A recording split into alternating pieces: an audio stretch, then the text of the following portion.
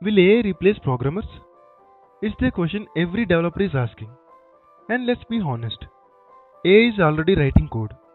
So, should we be worried? Tools like Copilot, ChatGPT, and Tabnine can generate code snippets, write unit tests, fix syntax errors, even suggest full implementations. For boilerplate code, documentation, and repetitive tasks, AI is a game changer. It saves time, helps you learn faster, and lets you focus on more important things.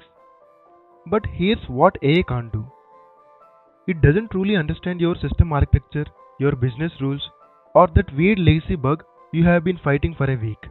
It won't sit in meetings and explain trade offs to your stakeholders.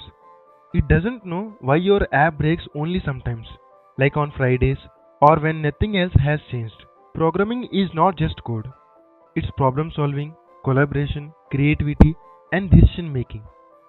Let's say your app goes down in production.